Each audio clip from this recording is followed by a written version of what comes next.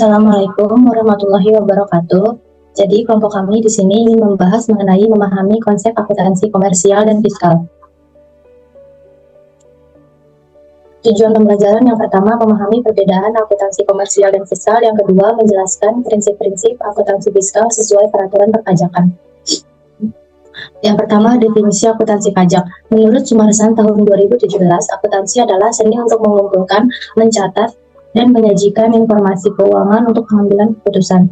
Menurut Undang-Undang Nomor 28 Tahun 2007, pajak adalah kontribusi wajib kepada negara tanpa imbalan langsung yang digunakan untuk kemakmuran rakyat. Kesimpulannya, akuntansi pajak adalah proses mencatat transaksi keuangan terkait perpajakan hingga menghasilkan laporan keuangan fiskal.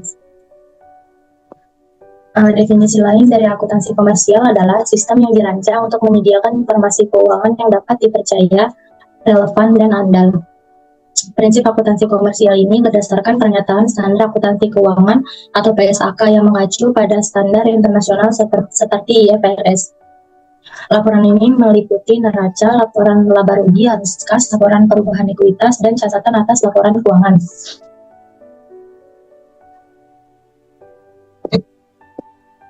Selanjutnya ada perbedaan laporan keuangan komersial dan fiskal. Ada beberapa aspek yang menjadi perbedaan. Yang pertama dari aspek tujuan. Untuk akuntansi komersial, tujuan utamanya adalah memberikan informasi yang akurat dan relevan kepada pemangku kepentingan.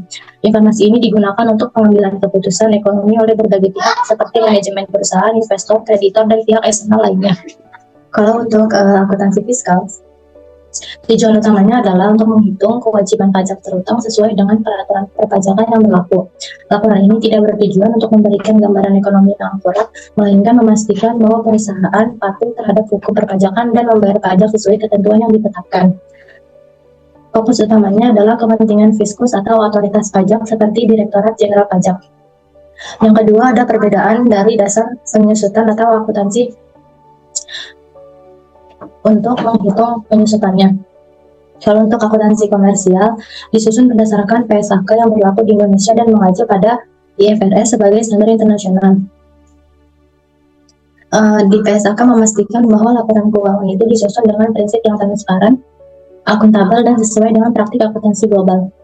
Untuk akuntansi fiskal, sebaliknya akuntansi fiskal disusun berdasarkan Undang-Undang Pajak, Penghasilan atau Undang-Undang PPH. Aturan ini menetapkan bagaimana penghasilan, biaya, dan kewajiban pajak harus dihitung. Yang ketiga,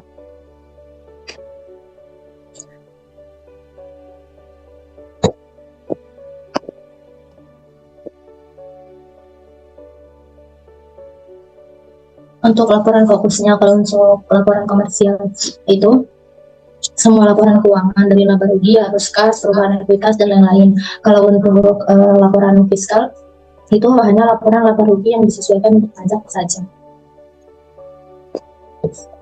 Sebelum masuk ke contoh kasus, di sini ada hubungan akuntansi komersial dan akuntansi fiskal dalam pengelolaan keuangan perusahaan. Dalam praktik pengelolaan keuangan perusahaan, akuntansi komersial dan akuntansi fiskal memiliki hubungan yang erat karena keduanya saling melengkapi dalam memastikan kepatuhan terhadap standar keuangan dan perpajakan. Berikut adalah pembahasan tentang bagaimana keduanya saling berkaitan. Yang pertama, penyusunan laporan keuangan sebagai dasar perhitungan pajak. Akuntansi komersial menghasilkan laporan keuangan yang menjadi dasar untuk menghitung pajak penghasilan. Laporan laba rugi dan neraca yang disusun berdasarkan PSAK digunakan sebagai dokumen awal untuk menentukan laba kena pajak. Yang kedua, namun tidak semua biaya dan pendapatan dalam laporan keuangan komersial dapat langsung diakui dalam akuntansi fiskal, karena adanya perbedaan prinsip dan ketentuan yang diatur oleh Undang-Undang Perpajakan. Yang kedua, ada proses koreksi fiskal. Setelah laporan keuangan komersial disusun, perusahaan melakukan koreksi fiskal untuk menyesuaikan angka laba bersih dalam laporan komersial dengan peraturan perpajakan. Koreksi ini melibatkan penyesuaian terhadap yang pertama, biaya yang tidak diakui secara fiskal, seperti biaya entertainment melebihi batas yang diizinkan, pendapatan yang dikenakan pajak terpisah seperti pendapatan bunga deposito. Yang ketiga, koreksi fiskal memastikan bahwa laporan pajak yang disusun sesuai dengan Undang-Undang Perpajakan. Yang ketiga ada pengaruh terhadap pengambilan keputusan perusahaan. Pertama, perusahaan menggunakan laporan keuangan komersial untuk mengukur kinerja dan mendukung pengambilan keputusan strategis. Di sisi lain, laporan fiskal membantu perusahaan mengelola kewajiban perpajakan dengan efisien dan meminimalkan resiko sanksi pajak. Yang ketiga, pemahaman yang baik tentang hubungan antara keduanya memungkinkan perusahaan untuk merancang strategi yang optimal dalam manajemen laba atau earning management dan perencanaan pajak atau tax planning.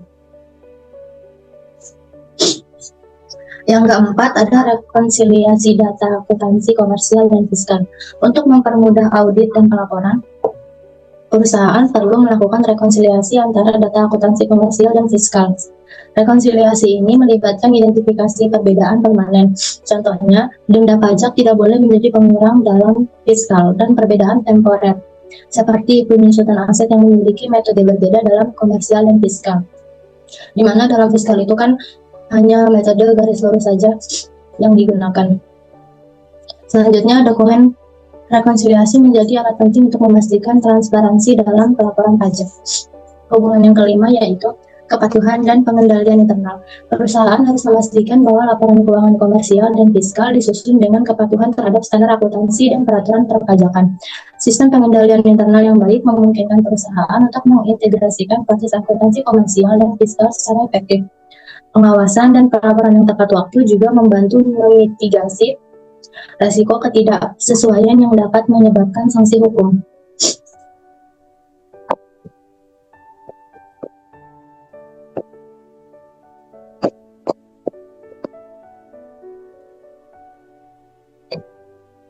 Untuk perbedaan yang sebelumnya, untuk metode penyusutan itu, akuntansi menentukan umur aktiva berdasarkan umur sebenarnya, walaupun penentuan umur tersebut tidak terlepas dari tafsiran judgement. Akuntansi komersial itu memiliki beberapa metode penyusutan aset, yaitu metode garis lurus, metode saldo menurun, dan metode jumlah unit atau sum of the unit method. Sedangkan pada contoh penyusutan fiskal dengan menuju ketentuan perpajakan hanya menetapkan dua metode penyusutan saja. Yang pertama itu metode garis lurus, yang kedua ada metode saldo menurun yang dilakukan secara konsisten. Kemudian aktiva atau harta berwujud dikelompokkan berdasarkan jenis harta dan masa manfaat. Selanjutnya di sini ada contoh kasus. Kasus laporan laba rugi komersial PT XYZ menunjukkan laba 1 miliar. Setelah rekonsiliasi fiskal, ditemukan biaya yang tidak diakui pajak sebesar 200 juta. Laba fiskal 1,2 M sebagai dasar penghitungan pajak per utang. Penjelasannya bahwa rekonsiliasi fiskal ini menyesuaikan laba komersial sesuai ketentuan perpajakan. Prinsip laporan keuangan fiskal. Yang pertama, cost principle, yaitu berdasarkan harga perolehan. Yang kedua, revenue principle, semua penghasilan yang menambah kekayaan dikenakan pajak. Yang ketiga, matching principle, yaitu penghasilan bruto dikurangi biaya untuk menghitung laba kena pajak. Yang ketiga, konsistensi principle, menggunakan metode yang konsisten. Jadi untuk perusahaan yang sudah menggunakan metode garis lurus, harus secara konsisten menggunakan metode tersebut, tidak bisa langsung berubah-ubah.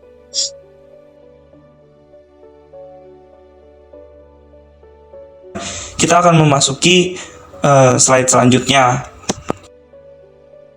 Oke, selanjutnya di sini ada norma perhitungan penghasilan NPPN, non PPN. Jadi diberlakukannya untuk WP omset yang di bawah 4,8 miliar. Non PPN ini akan diberlakukan kepada para UMKM atau para pengusaha yang baru mendirikan perusahaannya, yang baru mendirikan WP-nya sebagai WP dan omset per tahunnya itu di bawah 4,8 miliar. Terus yang kedua di sini ada mengalihkan omset bruto dengan norma perhitungan pajak tertentu. Jadi dikalikan pajak brutonya itu dikalikan dengan omset dengan norma perhitungan pajak tertentu, entah itu 5%, entah itu 10%. Intinya sesuai dengan perhitungan dan atau norma perhitungan pajaknya. Selanjutnya di sini ada contoh omsetnya. Contoh omset di sini ada perhitungan 2 miliar rupiah. Ada 2 miliar rupiah dikalikan dengan 10%, maka penghitungan penghasilan netonya itu sebesar 200 juta rupiah dari 10% 2 miliar. Jadi 2 miliar itu dikalikan dengan 10%, maka ketemu hasilnya itu 200 juta rupiah. Seperti itu teman-teman. Maka selanjutnya saya akan membacakan perbedaan komersial dan fiskal yang mudah kita pahami. Pertama, komersial itu untuk investor, kreditor, dan pihak eksternal lainnya. Laporan keuangan komersial ini ditujukan untuk bagaimana melihat kondisi posisi keuangan sebuah perusahaan, sebuah WP, sebuah badan atau jasa untuk meyakinkan para investor, kreditor, dan pihak eksternal lainnya untuk meyakinkan mereka bagaimana keuangan kita itu bisa lebih sehat atau mengambil pemangku kepentingan itu untuk mengambil keputusan. Selanjutnya di sini ada fiskal untuk menghitung pajak yang harus dibayar ke negara. Sedangkan untuk laporan keuangan fiskal ini ditujukan khusus untuk merekonsiliasi lagi mana biaya-biaya, mana laba-laba, keuntungan-keuntungan yang akan dihitung sebagai pajak yang akan dibayarkan ke negara. Fokus laporan keuangan laba rugi ini fiskal adalah penyesuaian dan laporan keuangan lainnya. Maka kesimpulannya di sini adalah akuntansi komersial bertujuan untuk menyediakan informasi keuangan bagi pemangku kepentingan, kayak seperti tadi kreditor, investor, dan pemangku eksternal lainnya. Sementara akuntansi fiskal pada fokusnya perhitungan ini pajak sesuai aturan perpajakan. Wajib pajak dengan omset di atas 4,8 miliar wajib melakukan pembukuan. Sedangkan yang beromset di bawah 1 miliar dapat menggunakan pencatatan sederhana. Prinsip akuntansi tersebut, cost revenue matching, konsistensi membantu menyusun laporan keuangan fiskal yang akurat, sementara rekonsiliasi antara laba komersial dan fiskal untuk memastikan perhitungan pajak sesuai. Pemahaman ini mendukung penerapan akuntansi dalam penerapan dan pemaparan laporan keuangan. Maka cukup sekian presentasi dari kami. Semoga apa yang kami sampaikan tersampaikan dengan baik dan dapat mudah